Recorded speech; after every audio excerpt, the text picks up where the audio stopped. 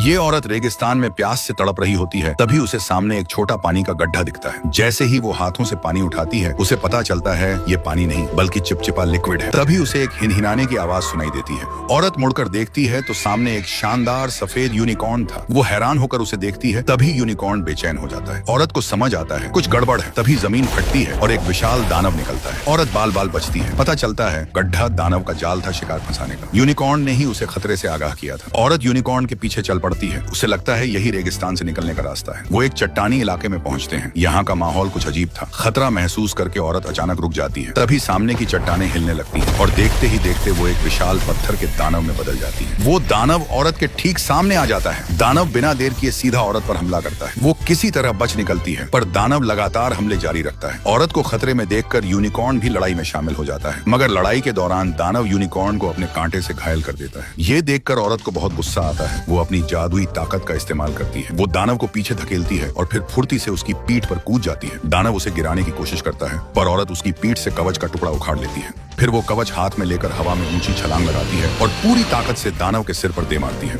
वो लगातार कवच से वार करती है, जिससे वो थोड़ी देर के लिए बेहोश हो जाता है। लड़ाई खत्म होने के बाद औरत घायल यूनिकॉर्न के पास जाती है। वो जल्दी से उसका जख्म साफ करती है, लेकिन दानव का जहर तेजी से उसके शरीर में फैल रहा था। यूनिकॉर्न की हालत बिगड़ रही थी। वो मरने वाला था। उसे बचाने के लिए औरत अपना हाथ पास जल रही आग में डाल देती है। वो दर्द बर्दाश्त करती है। थोड़ी देर में उसका हाथ आग की तरह लाल हो जाता है। फिर वो अपना जलता हुआ हाथ यूनिकॉर्न के जख्म पर रखती है और एक चमत्कार होता है। यूनिकॉर्न का जख्म भर जाता है।